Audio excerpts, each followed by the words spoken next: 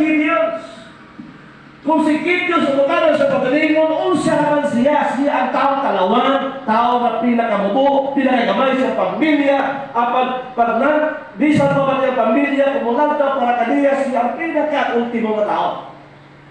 Pero ang paglanta sa Diyos kaniya, he is not ultimo, but he is a warrior. In his generation. Di ko makitrawid, di ko na ito ma-mission kung unsang ihuna-huna sa Diyos sa imong pinag. So praise God. Now, each one of us is special to God. Doon ba tayo special kasi Ginoo? Hallelujah. Nga naman, because give padalata dali. No? Each one of us is special to God and sent here with a God-defined purpose. Gipadalata diri nga adunay katuyuan nga gitakda sa Dios. Katuyuan nga gitakda sa Dios. Praise God. Adunay mga panahon nga ato magilikhanan o kita mismo adunay tayo galingong plano sa ato pagalingon. Adunay tayo galingong panlantaw sa ato pagalingon, but God has His own plan sa atong kinabuhi. That niya gini. Doon tawag na we are special. Amen. Special kantanan. Amen? Okay, so praise God. So, seek to understand your calling from God. Ako na dala-dalo niya kay murag gamay na akong oras. Seek to understand your calling from God. Kinahanglan masabtan nato na tayo nga ikaw gitawag sa Diyos. Don't measure your own self. Don't measure your wisdom. Don't measure your capacity. Don't measure ayaw sukdan imong kapasidad, ayaw sukdan ang imong kagalingon, but measure what the purpose of God sa imong kinabuhi. Kaya kung sinibig pa kayo siya, I cannot measure, or we cannot measure the tone of God sa atong kinabuhi. Yung pagkarin siya nga, are beyond my understanding. Dili yun niya matugkan kung unsa yun ang una-una sa Diyos ang kinabuhi. Praise God. Ikalawa, don't give up on God's purpose. Don't give up on God's purpose. Ayaw hunong sa katuyuan sa Diyos ang kinabuhi. Amen? Ayaw hunong. We are all facing challenge. Daghan kita na tawag na hamon or hagit sa kinabuhi ng ato kasagutan. Ng ato atubangan o maatuban. Sometimes it can feel like those challenges me just beat me. Hula-hula na to, mo na rin makapil din na to. Kini mga hagit sa atong kinabuhi. Tungkol kay dili daw lamig ang kinabuhi kung walang challenge. Amen. Dili nindot ang away kung walang challenge. Pero kung adunay challenge niya, nindot ang pagkinabuhi, nindot ang pagkigdula kung adunay challenge. Praise God. Sabi na sa mga Bible o sa mga basketball, kung naging kalaban, di ka balo, di ka makabalong ka, di ka ma-challenge. Pero kung naging kalaban, mas maayon mo, di ka ma-challenge.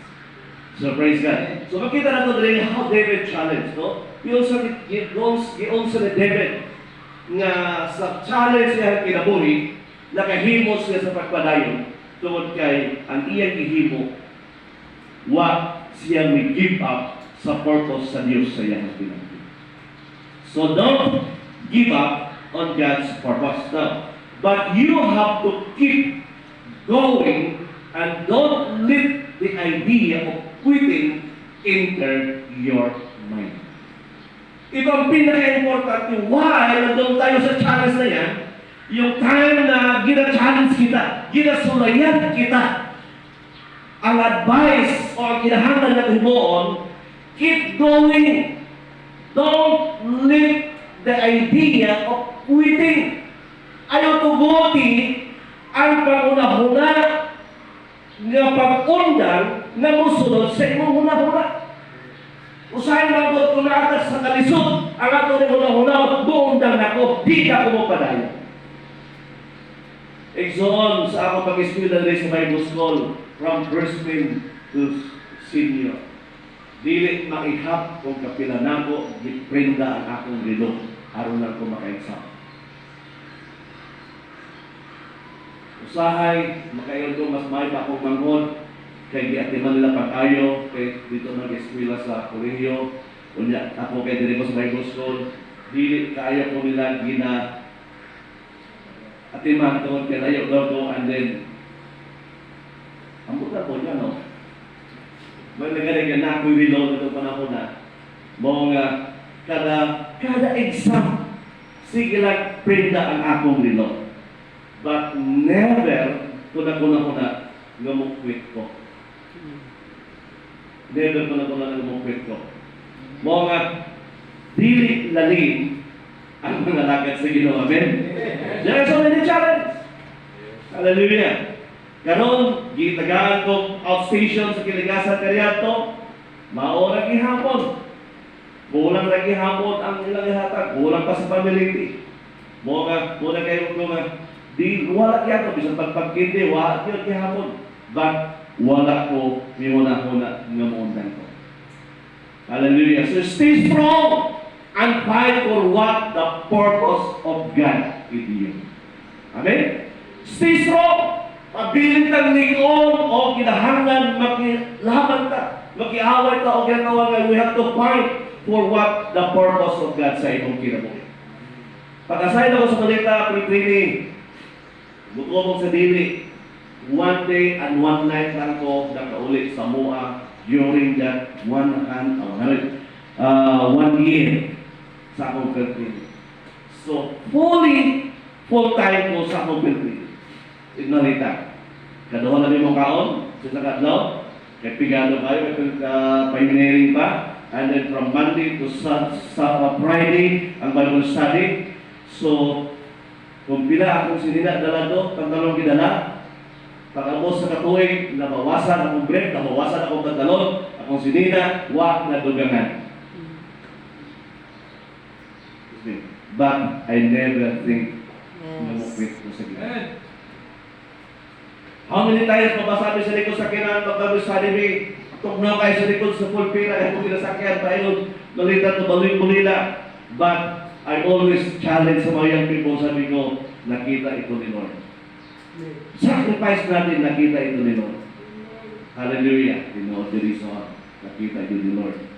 Kung unsa atong mga sacrifices, papilin lang, we have to stay strong and fight because God knows His thoughts about you. Alam niya kung ano kanyang iniisip sa iyo. Hintay lang kayo. Maabot ang panahon, hindi na mo mabasa kung magsakay na mo. Amen? Amen. Praise God, alayo ng Diyos sa walang katapusan. The Bible says, we are more than conquerors. So the people who win in life are the ones that don't give up. Kapag gusto mo palagi kang manalo, don't give up. Pero kung gusto kang palagi matalo, give up. Amen? Yun lang, pinakasimple. But, according to the Bible, we are more than conquerors. So, a lot of people give up many times. Wala kasagaran sa patauhan, daghang mga tauhan niya, kanunay sila, may give up sila tinawag. Reason, sometimes, due to situation or circumstances. Hinto sila dahil sa mga sitwasyon o mga kahintang sila kinabog. Ang pangutaran ng kalisod, big deal ba ang kalisod sa pagkinabuhi po na sa ministry? Big deal ba na sa inyo ha? Ison, ganang po sa ka-challenge. Dili kung ka ng hinungdan na tungkol sa sitwasyon, tungkol sa kahimtang, kaya kumuto mo sa dili, ang among kahimtang sa pulilagan na ito, grabe kalisod kayo, pagkaon lang, wala yun, igado tayo. Pero dili ka na ang rason aron mo quit kita sa tawag sa Diyos sa atong kinabuhi. Kung kalisod lang, ako nagian sa ministry. Grabe ang kalisod. Kasi kung sa Kiligasan ka nito, dili basta-basta ang kalisod ako na sila niya. Halos kada gabi, manulog ko ang bakit. Ito, gusto na kang bakit dire. Kung mga takaw sila manulog. Aron lang na ako'y pakahon sa akong pamilya. And then usahay, mag-lisod pa rin bitsit, sigo pang kulit o mga sa mga kilid-kilid na sila yung piso makitaan. Kaya ko may piso ng itsin. So, lisod kaayo.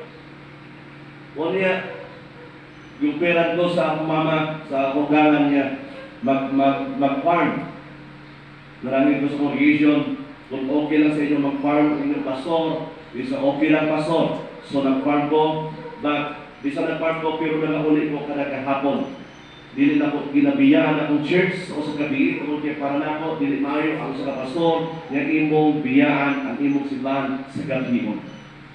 So, bisan ka ko kaya ko, muulit ko anak, muulit ni, o natulog ni sa kaligasan, tungkol kay naaliha ang akong bulakon. So, kung sitwasyon lang, circumstances pangkita mo, dili, big deal. Mo ka na kasagaran sa mga tao tungkol sa sitwasyon, circumstances, or the other time due to people na sa ihandlukan kung nasa nagilikayan na tao, or also their doing. Kung ito pinakalisod, basin na sa ibuon niya rin maayo, kung iminunggan niya, kung mawad yung ka. Mo nga ison, sa atong pagpangalagan sa Diyos, kinahanglan nga atong una-unaon gitawag ka sa Ginoo gana sa purpose sa atong kinabuhi. Amen. O tungod niya na dili mo ta hinungdan ang sitwasyon, circumstances o katawhan or ang imong buhaton. Usahay mangkot, mohimong ka mamilagro ng lugar na hinungdan niya maawa ka. So, amen ba sa ito mga God? So, dili yun na mohimo o mga butang nga makadaot sa atong pangalan, labi na sa pangalan sa Ginoo o labi na sa bulhaton sa Ginoo. Praise God. Hallelujah. Blessed be the name of the Lord. Now, so we must continually on God's purpose sa atong kinabuhi. No situation is to be for God to handle. Ano yung sitwasyon mo, hindi yan malaki para sa Ginoo. Maliit lang yan para sa Ginoo. He can handle. Amen? Your situation, circumstances, is not big enough for God to change His mind. No, hindi malaki para sa Panginoon yan. Yung sitwasyon mo, kahirapan, hindi iyan big deal sa Panginoon upang paliwan na usbon niya ang iyang gihuna-huna kanimo. According to Jeremiah 29 verse 11. God has a purpose sa imong kinabuhi. A good plan sa imong kinabuhi. Now, whatever God has declared, it cannot be reverse. Amen ba? Kung ano yung sinabi ni Lord, kung ano yung declaration si Lord sa buhay natin, it cannot be reverse. Dili na reverse. Dili mabaliktad. Dili mausap. Kung ano yung iniisip niya, ano yung purpose niya, ano yung i-declare niya sa atin, dili na mausap. A good pure, sabi sa Jeremiah, a good pure. Praise God. Hallelujah. Unless God has not declared it, then you cannot expect it to come to pass. Dapat na kung walang diniktir sa Ginoo, ayaw yung expect nga na may tao mo. Eh, wala nang diniktir sa Ginoo. But if God has a declaration for you, then expect nga makita mo yun mo. Now, there are reasons why people give up on God's purpose. Nga, mga rason bakit ang mga tao give up sila. First, day by day people are losing patience. They want dreams to come true immediately. Mga tao, day by day, sa magkakaroon ng unya, mga tao nga nawala ilahang species, Bisaya. Pailog, pag-antos. Losing their patience. Gusto nila kung unsa ilang i-dream, unsa ilang itinguha, ipangadol, dayon na dayon. Kung ano yung naman si Joseph waited for 13 years before his prophetic promise was fulfilled. Mihulat siya of 13 years. Usa na humano na tumag ang prophetic promise sa iyang kinabuhi. Yung nakakadugay ang paghulat ni Joseph, but he patiently waited for God's purpose siya ang kinabuhi. So magkatuman. Now, remember Moses waited 40 years before he had his divine encounter with the pleading voice of God. 40 years. Kung akong tanawan ang iyang kinabuhi, makita nato na Moses was growing up in Pharaoh's court, learning the ways of the world, and about 40 years old when he fled Egypt. So 40 years siya, pag nag-train siya pag-ayo sa Egypto. Gitrain siya dito sa Bidako, gitrain siya pag-ayo about politics, about leadership, o sa pagdako na niya, pag-abot niya 40 years, hanggang nakabalos siya sa iyang dugo, ng kaliwat, tuloy nyo sila nihawas niya sa Egypto. Ako ang istorya na. And then, nagpuyo siya dito sa Midian. He was in Midian for another 40 years. Then, he stayed until he was 80 years old, tending the flock of his father-in-law. Then, he approached the burning bush where he encountered the God of Israel. Noong atong sumahon, kung sinta na ang iyang pinagdaraw sa panahon na ipalis na ito, aron pagsugod sa katuyuan sa isang kinabuhi to bring the Israel to promised land. Dili ang katigulangon, ang rason na ang pagtawag sa Diyos para sa mga katanda. No. Amen? Dili. Dili. Kung kaya si Moses, 80 years old. Pero God has a purpose why na napadala sa Egypto aron dito siya mag-train about leadership. Mag-train siya about politics, leadership. Kami dito sa kung wa siya na-train sa Egypto, dili siya basta-basta mag-lead sa Israel. Mo binunod nga nakaya niya, pero hindi pa naman yun nga nireklamo sa Ginoo yun. So, pati na lang ko. Pero kung wala to siya na-train sa Egypto, masamot na nag-listen siya. Mo nga, kung unsa man ang mga training nato, before kita miyan diri sa Bible School, God has a purpose. Amen? Tungod kay, sa atong pagsunod sa will of the Lord, sa purpose of the Lord, there is another challenge sa atong kinabuhi. Sumuga, 80 years. So Moses, daw, he was 80 years. Pagbalik sa kwan, and then, kung akong sumamon, niabot siya sa 120 years old, kung saan siya namatay in Deuteronomy chapter 34, verse 7. Now, in Psalm 27, verse 14, the Passion Translation, sa Passion Translation, okay, sa Passion Translation, yun sa Psalm 27, verse 14, don't give up, don't be impatient, be in twin as one with the Lord. Be brave, courageous, and never lose hope. Yes, keep on waiting, for He will never disappoint you. Amen. Keep on waiting. Padayon ng yuta paghulat sa Diyos. Amen. Because we have all itangganan na atay one day sa Ginoo. Reason why we should not give up on God. Ito na, reason nga to give up sila kay mawala ang ilahang patient. But no, reason upon why we should not give up on God. The God who called us, first, the God who called us is the God of I am what I am. Una, ang rason ganihan naton daghang mga tao nga mugiba, pastor sa mugiba, tungod kay nawala ilahang patient. Pero rason nganong di gyud ta mugiba sa Ginoo, nganong di gyud ta muundang sa Dios, di gyud ta muundang sa katuyuan sa Dios, tungod kay ang Ginoo nga nagtawag nato is the God of I am what I am. Sa Bisaya Sinuring, ako man ang mao ako, or ako kung unsa ako. Masulat. I am what I am. This is the word of God to Moses.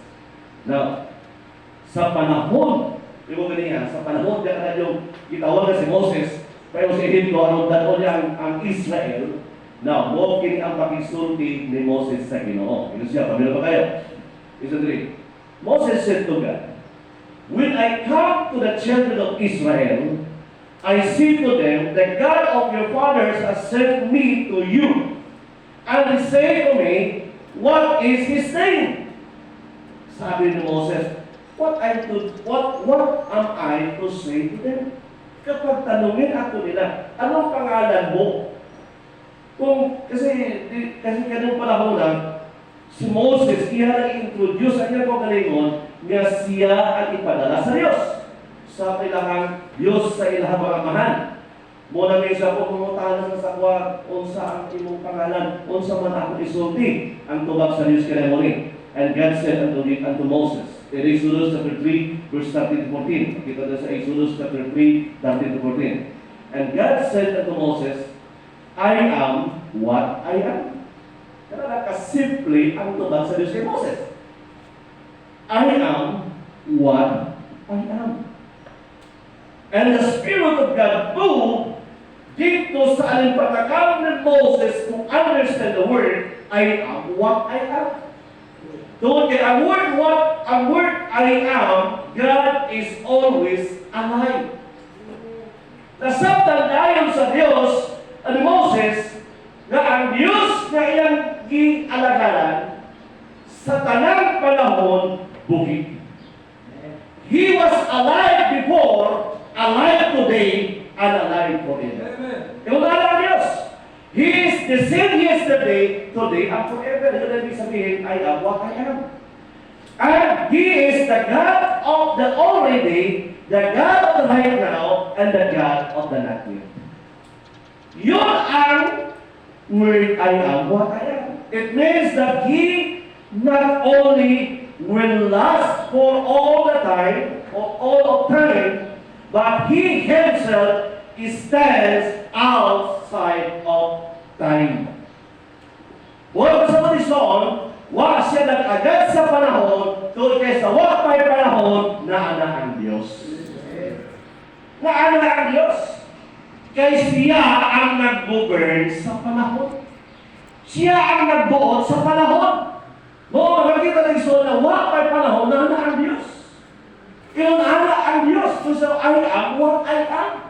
Wala pa ang kalibutan na anak ang Diyos. Wag may panahon na atong ginasunod-sunod karon na tumura sa ating talasbili na anak ang Diyos. Amen. Doon sa I am what I am. Kung ano sa akong kanyato, no, gihapon karon, o kung gihapon hapon sa may kahantungan. Praise God. Mga makita natin son, nga ang atong Diyos sa gilagaan is a God of yesterday. Kung ano yung ginawa ni Lord noon, pwede na gawin ngayon. So, in God, we have time for one day for our breakthrough. In God, we have time for one day for our turnaround. Lisoon ra sa Diyos ang imong kinabuhi. Kung lisod-lisod ka karon, dilumdumi, kung naa ka sa Ginoo, kung ang panahon, lisoon ra ka sa Ginoo. From nothing to something. Amen? Hallelujah. Gikan sa wala, latos sa na, gikan sa gamay, latos daghan. Amen? Praise God. Ito na naman panalangin sa Diyos, naapay sobra. Hallelujah. Blessed be the name of the Lord. At dahil ang kami panahon ba, ito pala sa mga tulog. Now, we can pray. Tungkol niya na, because of that, no, we can pray to God. Like David's prayer. Ano ba yung prayer ni David? Muli ko niya, we can pray like David's prayer. Sa panahon niya, ako na dalawa kung Diyos kalagaran, He is the God of what I am. The same yesterday, today and forever. Then we can pray like David's prayer in Psalm 83 verse 9. Sabi ni David, o ni Asaph, to do to them as you did to the Midianites. So sabi, do to them as you did to the Midianites. Praise God. This time, nakita natin soon niya, ang Israel, gipanuhan sa pipila ka mga nasyon, nga ilahang atakihon o walaon ang nasyon sa Israel. Gusto nyo na lang walaon ba? Pintihon. I-conquer.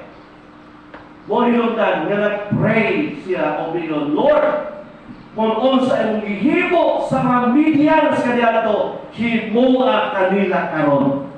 Praise God. Unsa gihimo sa Dios sa mga Midians kaniadto, gipil nila ang pila ka nasyon, gipil nila sa pila ka mga sundalo ni Gideon. How many soldiers? 300 soldiers.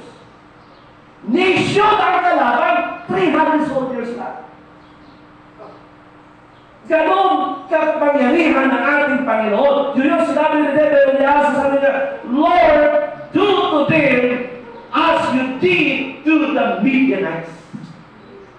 So we can pray like David's pray. Amen. Amen. Pray din ako, Lord, kung imong i-bless si Kwanso, imo siya gitubangan, then Lord, tabangin mo ko. Amen. Kung imong ipadato si Bishop Levi, Usay para to, supay. Amen. Yes.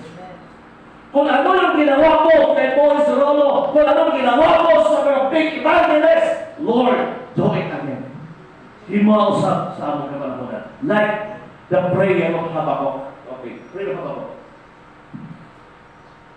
Habakkuk punta. The prayer of Habakkuk, in Habakkuk chapter 3, verse 1 to 3. Now, this is the prayer of Habakkuk, the prophet. This is the Lord, I have heard the news about you.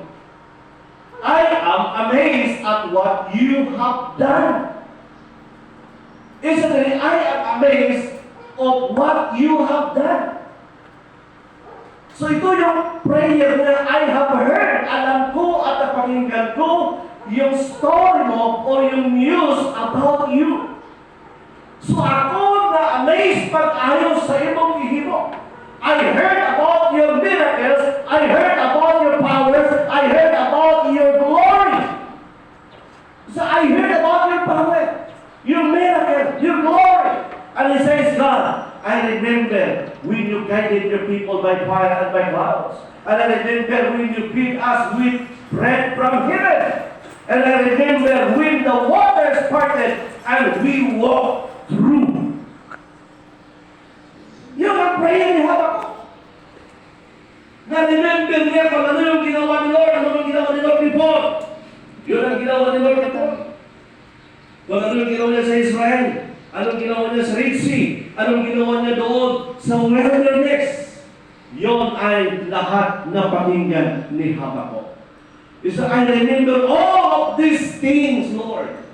So while Habakkuk busy unlocking their situation, tungod kay naa sila sa mga kalisod ng panahon sa gihapon ginatakan sa kaaway tungod kay ang Dios. Mo kini ang iyang giyon kay Habakkuk. Akong gamiton, I use these wicked people to destroy your nation. Pagkadulog ni Habakkuk diyan ang nangurog iyang tawas, pati iyang tanan nangurog siya. Tugay kabalod siya o sa nagdawo nakadaot sa iyang katawhan.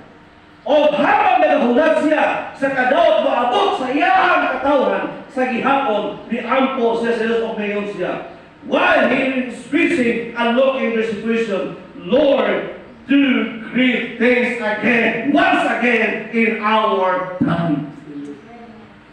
Bisan ang Diyos nagsulti na kaniya na atong gamiton ang mga kaaway just to destroy your nation. But Habakkuk pray to God and say, do great things once again in our time, Lord. Make those things happen again in our own days. Kaya alam niya kung gaano ka kahit ulo ang mga Israel kaniyato, but still, gitabangan na ihapon sila sa Ginoo. Mga Habakkuk hoping na ang giingon sa Diyos kaniya mag-turn around from judgment to blessing. Mga, the praise the Lord. Do it again once again. Do it again, Lord. Hallelujah. Mga, we can pray like Habakkuk prayed. Praise God. Kung ano yung ginawa ni Lord before, pwede niya gawin ngayon. Amen? Amen. Hallelujah. Because He is the God of I am what I am. Hallelujah. So don't give up on God. He will never leave you nor disappoint you. Dili yun kaniya i-disappoint mga isoon. Naglampas naman ko. Okay lang. Praise God. Total, gamay na lang kayo eh. Conclusion na lang. Gamay na lang kayo. Huwag na gawason. Now, yung kaniya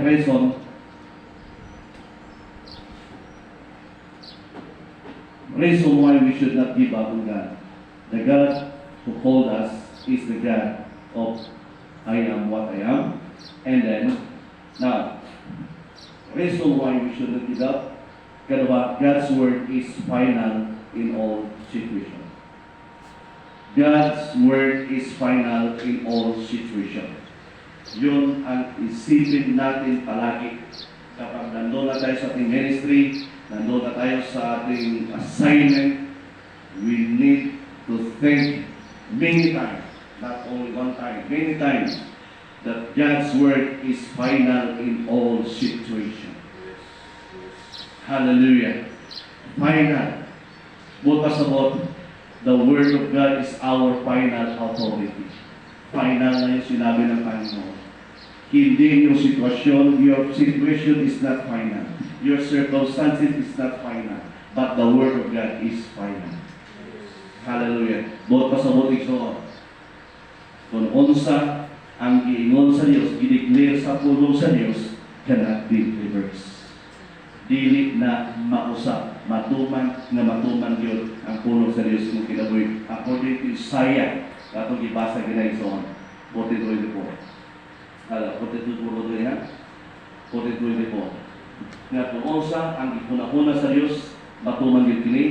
Kung unsa gyud ang giplano sa Dios, katuya sa Dios, magapabilin kini nagakaro. Hallelujah. So it is the devil's will. It is the devil's will, not God's will, if you give up. Kapag mo give up ka, will ni Satan yan. So your enemy, the devil, was not originally designed to defeat you. So sipin natin mga kapatid, ang demonyo, si Satanas, dili siya ang i-design nga mong pildin mo. Walay makapildin mo as long na dili ka mong give up. Amen? So what we need to do? Fix your eyes on Jesus. Focus lang sa Ginoo. Hold on to your faith. Hallelujah. Do not be moved by what you see. Handa makita mga lisod, mga challenge, but don't be moved by what you see. Hallelujah. But hold on to your faith of God. Because the Bible says in 65:11 in Psalm, God will crown your years with good things and fulfill His every word and purpose in your life. Amen? Praise God. Hallelujah. God will crown your years. Kurunahan sa Diyos at imo makatuligan. Sa panahon ikaw magapadas pagpamuhat kaniya. And with good things. Upang maayong butang and fulfill His every word and purpose sa imong kinabuhi. So, we should never give up. Have faith and never stop fighting. Keep on going and fulfill God's purpose sa imong kinabuhi. God bless you. Amen. Ang Diyos mo na paglangin, kaya ka na